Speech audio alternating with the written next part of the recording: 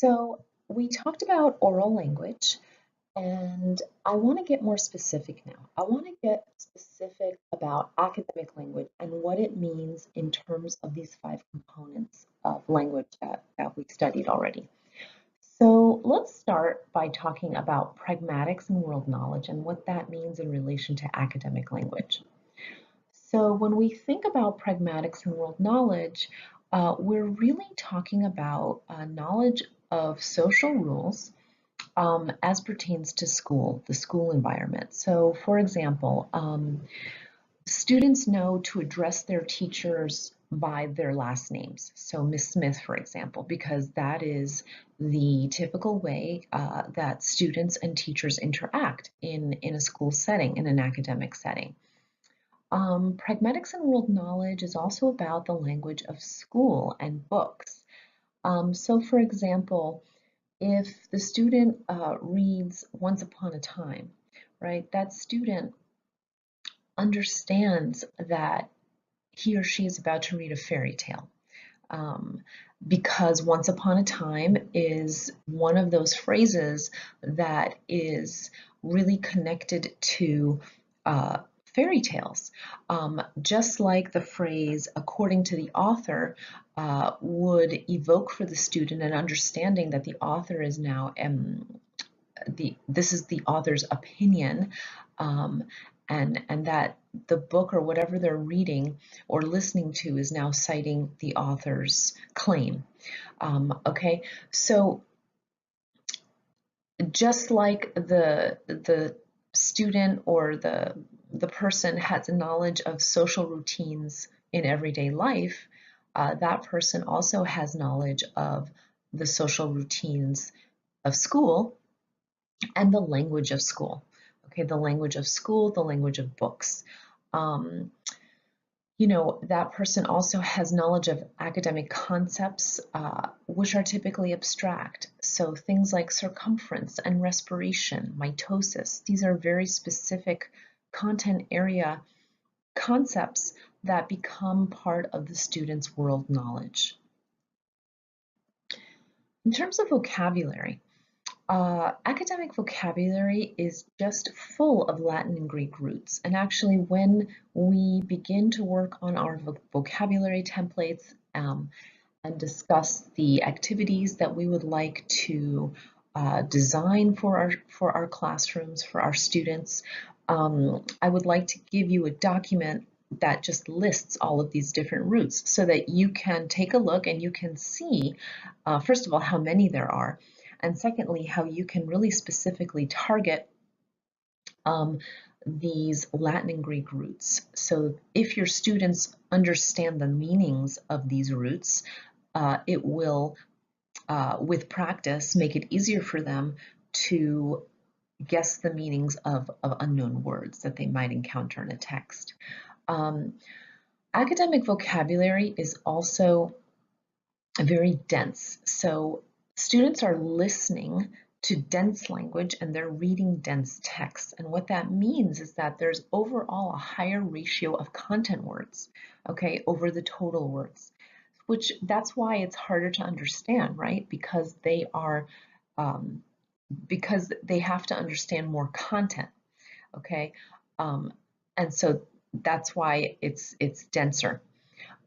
Academic vocabulary also consists of what we call collocations, which are the typical ways that people combine words. Okay, these are the lexical patterns that speakers typically use.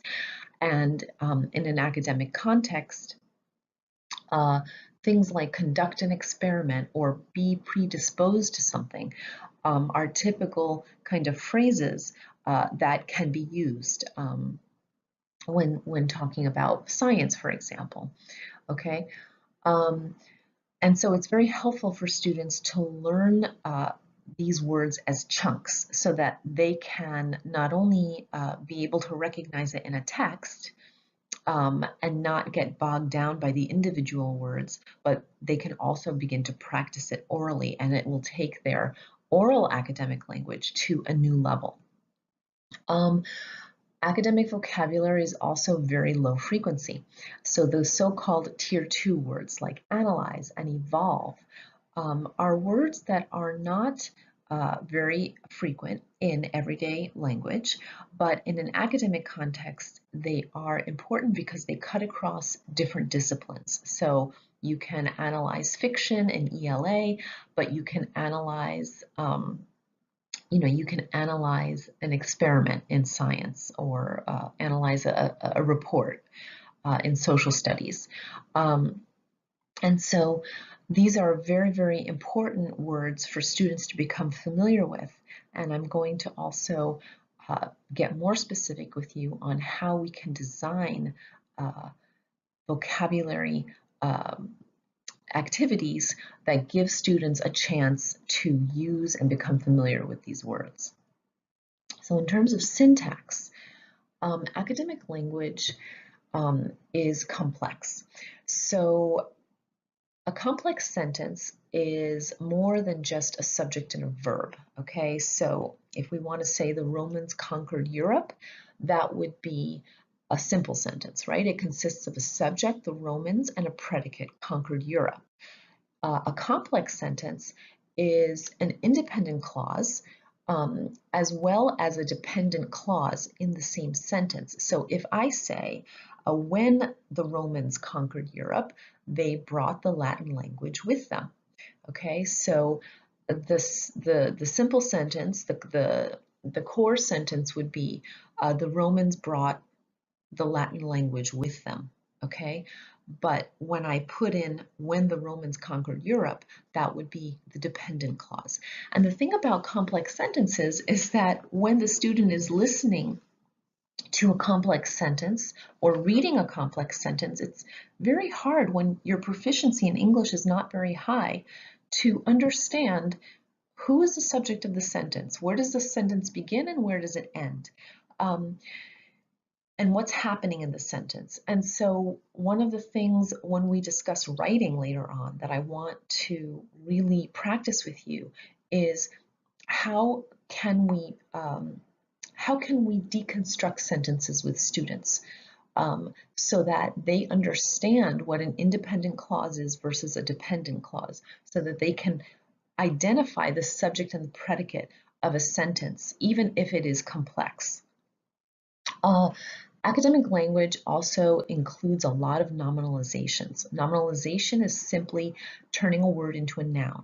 So if you have destroy, destruction would be the nominalization of destroy, or building would be the nominalization. And so you have, the destruction of Rome, the building of Rome, is very typical for academic language, whether you're speaking or reading. Academic language also uses the passive voice to a great degree, much more than in oral language. So we don't say the Romans built Rome, we usually say Rome was built, right? It and they are also commonly used as reference, and so it's very important when we're tackling an academic text with our students to also focus on this syntactic awareness, okay? Because what we want to do ultimately is demystify academic language for them. We want to demystify it so that they can feel confident that, okay, even if they don't understand everything on the first go, they can start breaking text apart. They can start linguistically analyzing text, okay? That is what we need to do with our Ls. We need to be very, very explicit with them about what academic language consists of so that they can tackle texts independently. Okay, morphology. Academic language is morphologically very complex.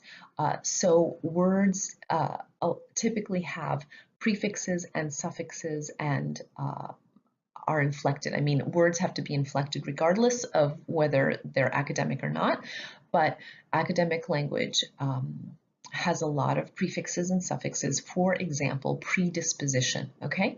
So if the student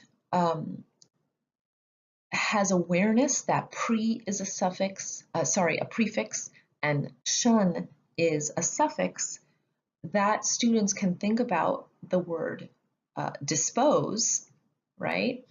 And start to break the word down and perhaps be able to infer meaning from those clues, those morphological clues.